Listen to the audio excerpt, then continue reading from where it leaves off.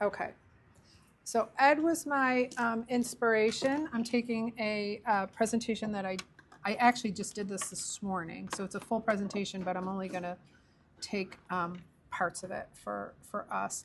Um, my big ask from a strategic referral standpoint is all along this evolution line. So this is really where I operate. So I do Google business profiles and make sure that we go through their checklist. I go through review management and I do social media management. One of the things that I've really started doing in earnest, which is pretty interesting, is, and I don't want to make you dizzy, so I'll get out of this and go back to the beginning, is I do a lot of AI work. And I have been asked multiple times, oh, well, now that you're doing AI, you don't have to do reviews anymore, right? And I'm like, well, no, that's actually not how that works. You know, it was my 82-year-old mother asking if anybody was curious, right? So it wasn't a client. And the challenge is that AI is hungry, and it really is the game changer. It's not a game changer. It has really changed the game. And I'm sure I'm not going to get into, like, a lot of people have already used it, so I'm not going to get into all that. I had to do that this morning for my group. You guys know me, so I'm not going to do that.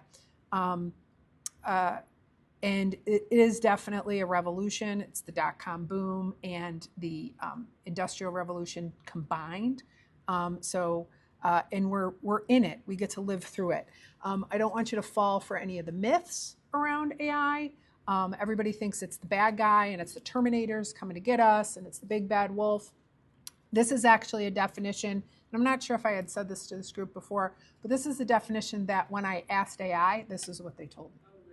Yeah. So they told me it's technology that learns, adapts, and automates tasks that previously required human intelligence. So that's what AI thinks, right? And we also know it's like that fast. I mean, I can't read the internet in a night, but my AI can, and it's finding everything. And it is going to vet all of us.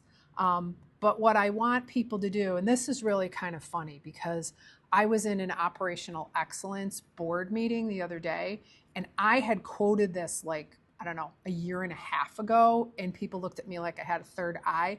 3 people quoted this to me in that meeting. And I was like, okay, I'm seeing a dynamic shift, right? And every CEO known to man is laying claim to this. I think it was actually a Harvard Business Review professor.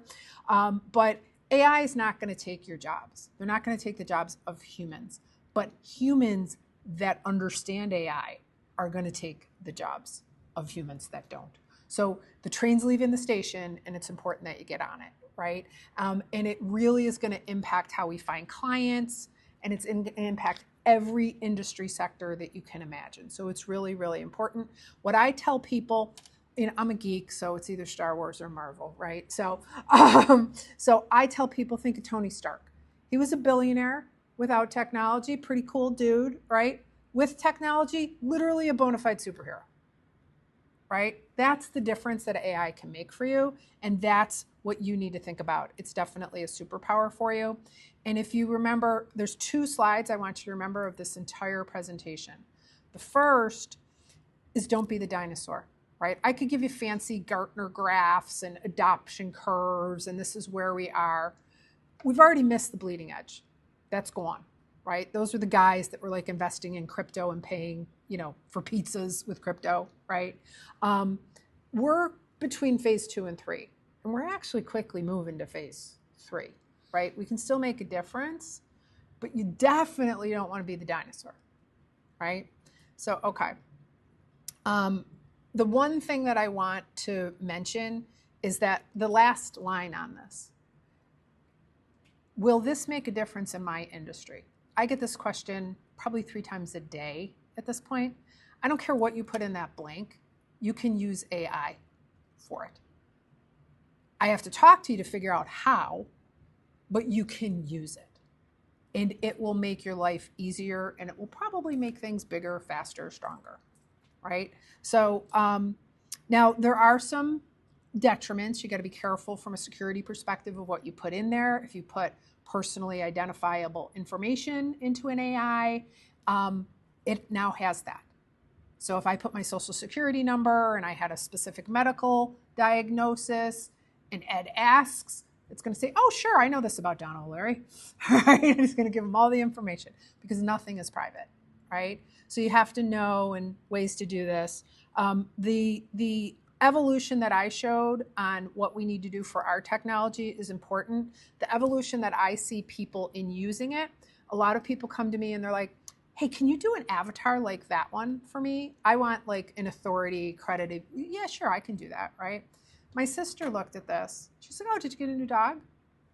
No, I did not. And I'm not standing in the middle of the field pointing at a hologram either. I thought this one was obvious, right? But different people take away different things. So but what usually happens is people start with the picture and they have a little fun. And then that works. And then they're like, hey, I think I could use this to make some money. Okay, now we're talking, right? Now you find ways to make it work. So, that looks like you though. Oh yeah. We've all seen AI pictures that does not look like the person you're. Yeah. But that one actually resembles. Yeah. This other one, that's not me either. I wasn't standing in like they're all like, and it depends on how you train it. You know what I mean? And I have a sliding scale. I have an app that I use, one of my proprietary apps, and I have a sliding scale that will say like it goes from 0 to 1 on how much it's going to look like the person, and I always slide it all the way over to the end because I don't want it to kind of look like me, So, but sometimes people want it to kind of look, so you do it. But I've done that for a bunch of people, and it's really helped. But yeah, I showed, there's one of me on stage giving a presentation that I never gave. And my mother was like, oh, was that in Nashville when you went to Nashville? And I'm like, no, that one didn't actually exist, Mom. Right? So why are we talking about this now? Right? We're talking about this now because we hit the tipping point. AI hit the tipping point and it just kept right on going. Right? So this is a 2024 stat. And what I find really interesting isn't that more people are using AI than are not, right? The fact that when you ask people, and my mom, who I'll throw under the bus at any given moment, she was like, "Oh, well, you do that AI thing. I don't know what you're talking about. I don't know how to use it." And I said, "Mom, you know that watch I gave you? When you talk to Siri?" And she's like, "Oh, does that count?" Yeah, that counts. You know that Alexa you got on your countertop where you ask about the weather? Oh, well, that doesn't count. Yeah, Mom, you're using AI. Yeah, that helps. And then I try to teach her how to use it better, faster, whatever. Now she's just using it personally, but we can use it in business. In business, change is inevitable, but in chaos, there's also opportunity. So we want to make the most of that, right? If it's happening to the big guys, it's happening to everyone. So people familiar with HubSpot, I don't want to they're probably one of the biggest CRMs. Do you? Yeah. So they actually came out in one of the conferences just recently and publicly admitted that they lost 80 to 85% of their Google hits. Now they're the expert of the expert of the expert that my expert is going to call to get SEO and marketing information from, right?